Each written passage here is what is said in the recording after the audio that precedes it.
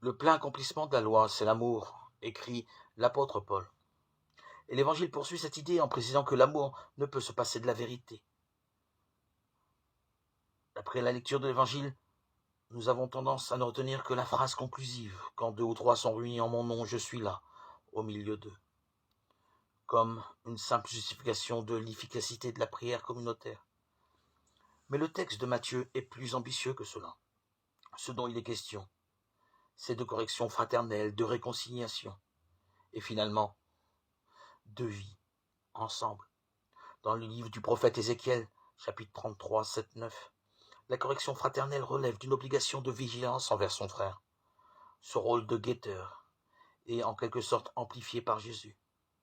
Avant de tenir ses propos sur le frère qui a commis un péché, Jésus déclare à ses disciples: malheureux ceux par qui le scandale arrive. Matthieu 18, 7.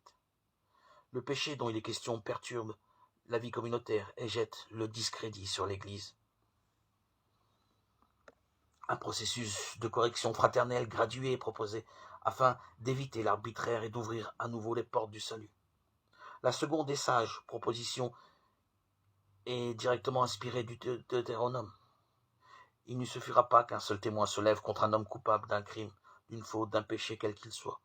Pour instruire l'affaire, il faudra la déclaration de 2 ou 3 témoins. Deutéronome 19, 15.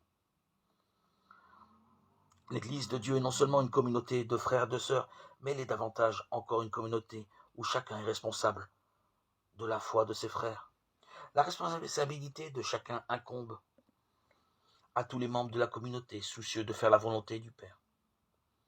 Mais si toutes les démarches de réconciliation échouent, le pécheur qui refuse d'écouter se met lui-même et de fait en dehors de la communauté, qui la considère alors comme païen. L'Église alors s'en remet à la seule volonté du Père. La parole de Jésus sur ce qui sera lié et délié, entendu et adressée seulement à Pierre, l'est aujourd'hui à l'ensemble des disciples du Christ. Puisque le jugement communautaire est ratifié dans le ciel par Dieu lui-même, cela requiert de ne le prononcer qu'avec prudence et miséricorde. Aujourd'hui, écouterez-vous sa parole, chante le psaume. C'est la présence divine seule qui assure l'unité des croyants dans nos assemblées, dans nos communautés.